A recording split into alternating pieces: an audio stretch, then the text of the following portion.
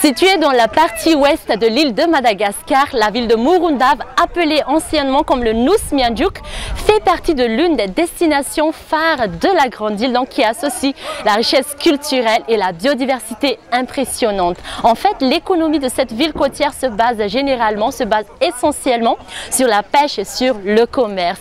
De l'aube jusqu'au coucher de soleil, la chorégraphie des boutres, comme là où je suis, et les pirogues balanciers traditionnels des Vezou, donc des pêcheurs, fascinent toujours les visiteurs. Donc chaque quartier, chaque endroit de la ville dispose d'un charme particulier qui n'attend qu'à être visité, qui n'attend qu'à être apprécié. C'est ainsi cette semaine sur Canal Austral TV, c'est avec un immense plaisir que je vais vous faire découvrir les merveilles de Morondava, les 1000 couleurs et les 1000 facettes de cette ville côtière, capitale de Menabe. La ville de Morondava, capitale de Menabe, c'est sur Canal Austral et c'est parti.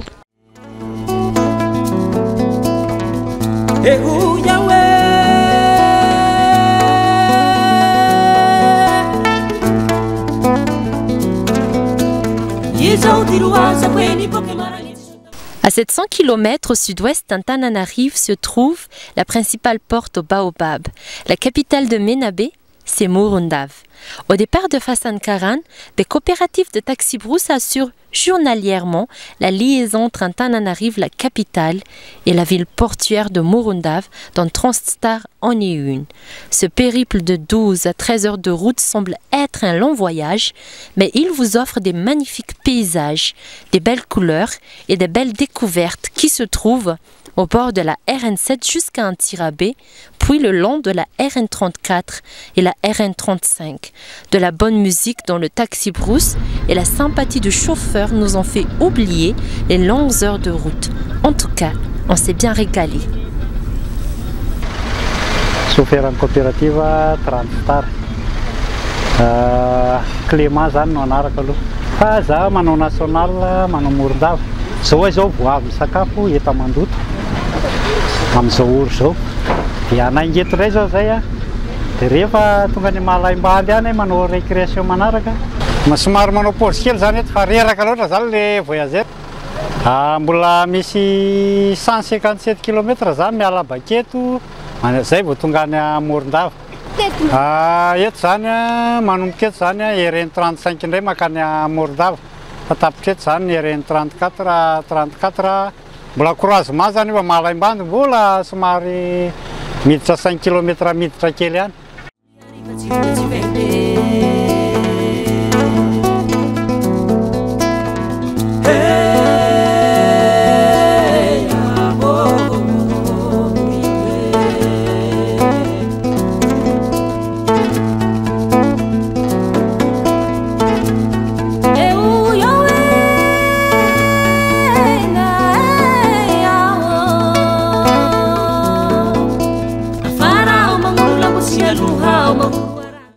Arrivé à notre destination, on découvre Morondava dans toutes ses couleurs, une cité fascinante qui propose de nombreuses activités à travers ses bazars ou ses marchés, son port qui a une place très importante dans l'économie des villes côtières, sa culture, sa nature, sa population, ses produits agricoles.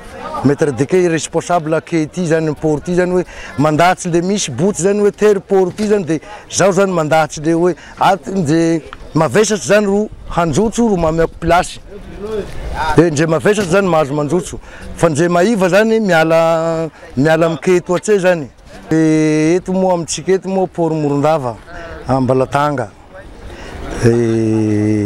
de tireto buti am tiketo sambo de sambo reto misy andro misy miankanka amle riaky zany amle rivotra hidirana anaty porto iato botsy misy dimy zany tonga eto de miakosta anaty porto iato de misy moa lafa maromaro misy folo tonga ato de ireo moa mitondra enta misy manday provandy fia misy manday sira de mandoa droit de port amy APMF.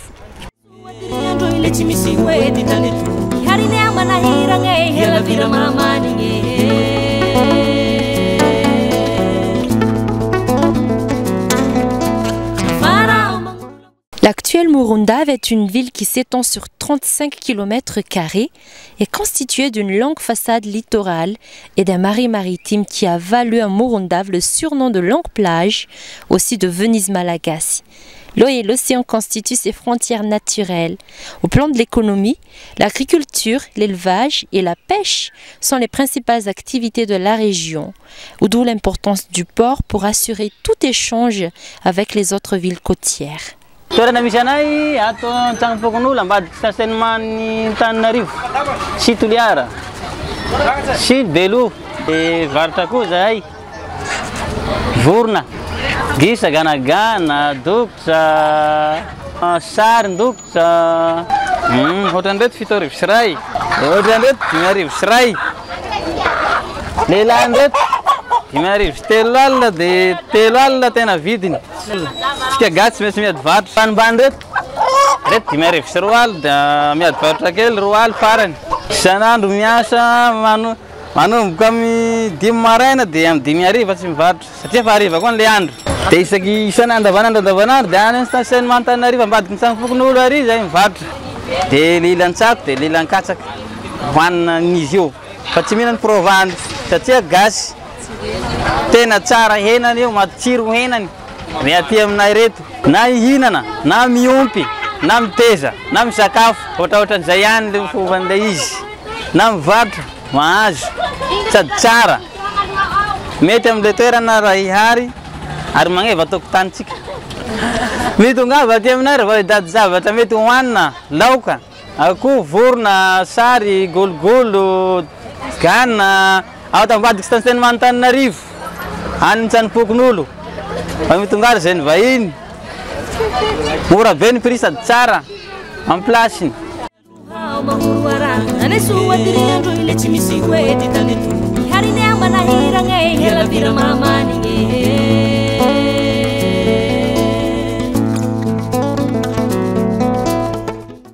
Morondava est une escale des bateaux, des boutres de la côte ouest. Il se trouve au débouché des régions agricoles de Mahabu, Malaimbandi ou encore de Mandabé.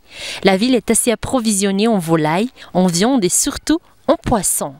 Komitra mivavahady amin'ny pasary villa dia amin'ny akavanana eto zany misy eto madame lalao hoe varotra poulet de serre dia akoho gasy ny kilao poulet de serre ty zany a 4 arivo sy 2 alina ny amarotana azy dia ny akoho gasy a 2 arivo sy 2 alina ny akoho gasy eto aminay zany a sady matavy a asina sakavira sy asina ina moa zany tongolo gasy dia atao roniny dia tena tsara be ny akoho a Morondava sady matavy atao roniny atao sauce dia mety na endasina koa mety be isan'andro zany mivarotra foana maraina mandra-paharivany andro dia mba manasa anareo zany mba handrosa aty Morondava mba hividy mba handray anjara eto madama eto zany sady poulet de serre no akoho gasy na vahiny